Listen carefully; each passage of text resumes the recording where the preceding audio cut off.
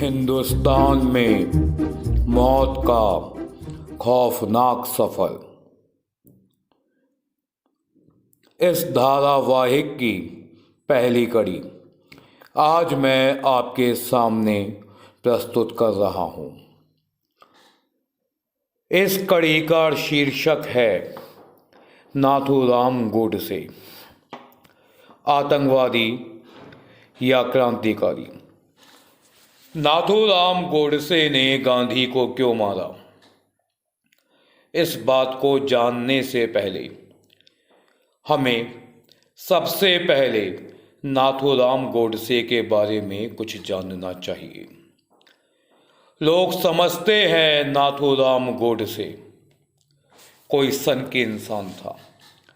ऐसा बिल्कुल भी नहीं था।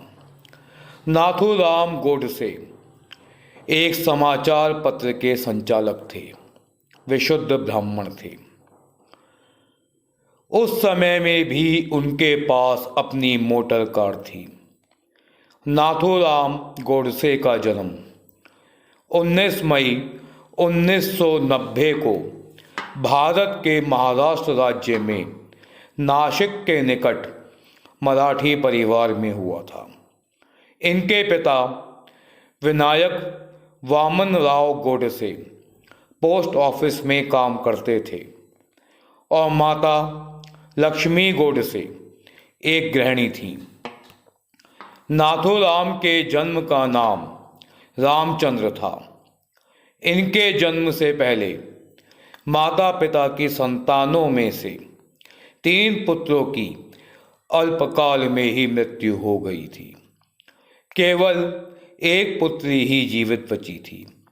इसलिए इनके माता पिता ने इसे श्राप समझकर ईश्वर से प्रार्थना की, अगर अब कोई पुत्र होगा तो उसका पालन पोषण किसी लड़की की तरह ही किया जाएगा। इसी मान्यता के कारण रामचंद्र की नाक नाथूराम गोडसे बचपन में ही छिदवा दी गई थी। रामचंद्र को बालकाल में अपने नाक में एक नक्थ पहनना भी अनिवार्य था। इसी कारण रामचंद्र को नाथूराम के नाम से बुलाया जाने लगा। ब्राह्मण परिवार में जन्म होने के कारण नाथूराम बचपन से ही धार्मिक कार्यों में गहरी रुचि रखते थे। इनके छोटे भाई गोपाल गोडसे के अनुसार यह बचपन में ध्यान अवस्था में ऐसे ऐसे श्लोक बोलते थे जो इन्होंने कभी पढ़े ही नहीं है। ध्यानावस्था में ये अपने परिवार वालों और उनके कुलदेवी के मध्य एक सूत्र का काम करते थे। 16 वर्ष की आयु आते आते वह धर्म से थोड़ा हटकर राजनैतिक जीवन में प्रवेश करने लगे। नाथूराम गोडसे राष्ट्रीय स्वयंसेवक संघ में शामिल हो गए। 1930 में इन्होंने राष्ट्रीय स्वयंसेवक संघ भी छोड़ दिया। अखिल भारतीय हिंदू महासभा में चले गए। उसने अग्रणी तथा हिंदू राष्ट्र नामक 2 समाचार पत्रों का संपादन भी किया था। वे मोहम्मद अली जिन्ना की अलगाववादी विचारधारा का निरंतर विरोध करते थे।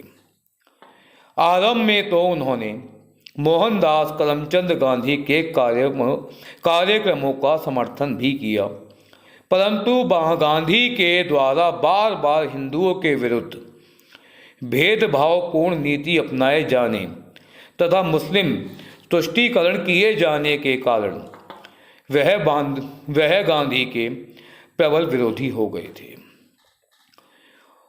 1940 में हैदराबाद के तत्कालीन शासक निजाम ने उसके राज्य में रहने वाले हिंदुओं पर बलपूर्वक जाजिया कर लगाने का निर्णय किया, जिसका हिंदू महासभा ने विरोध किया। हिंदू महासभा के तत्कालीन अध्यक्ष के आदेश पर हिंदू महासभा के कार्यकर्ताओं का पहला जत्था नाथूराम गोडसे के नेतृत्व में हैदराबाद गया।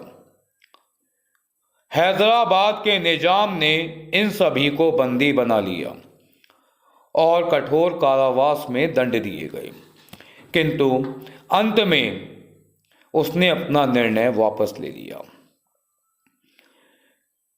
यह घटना बताती है नाथूराम गोडसे कोई भी दुष्चरित या भटके हुए उद्दंड इंसान नहीं थे, बेहतर राजनीतिज्ञ थे। 1947 में भारत का विभाजन और विभाजन के समय हुई सांप्रदायिक हिंसा ने नाथूराम को अत्यंत उद्वेलित कर दिया। तत्कालीन परिस्थितियों को देखते हुए 20वीं सदी की उस सबसे बड़ी त्रासदी के लिए मोहन करमचंद गांधी ही सर्वाधिक उत्तरदायी समझ में आए। विभाजन के समय हुए निर्णय के अनुसार भारत द्वारा पाकिस्तान को 75 करोड़ रुपए देने थे, जिनमें से 20 करोड़ रुपए दिए जा चुके थे। उसी समय पाकिस्तान ने भारत के कश्मीर प्रांत पर आक्रमण कर दिया, जिसके कारण भारत के तत्कालीन प्रधानमंत्री पंडित जवाहरलाल नेहरू और गृह मंत्री सरदार वल्लभ भाई पटेल के नेतृत्व में भारत सरकार ने पाकिस्तान को 55 करोड़ रुपए ना देने का निर्णय किया, किंतु भारत सरकार के इस निर्णय के विरुद्ध गांधी अनशन पर बैठ गए।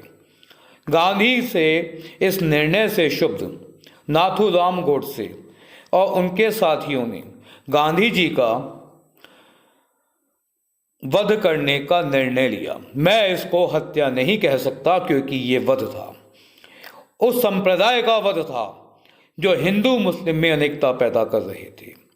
ये उस शक्ति का वध था जो शक्ति हिंदुओं को मुसलमानों का गुलाम बना रही थी। यह उस शक्ति का अंत था जो शक्ति हिंदुओं को नपुंसक बना रही थी। यह उस शक्ति का अंत था जो शक्ति अपने पिता के फर्ज को भूलकर 2 बेटों में फर्क कर रही थी। इसलिए मैं नाथूराम गोडसे को कोई भी आतंकवादी नहीं कहता, इन्हें एक महान क्रांतिकारी कहता हूँ, कट्टर हिंदू कहता हूँ।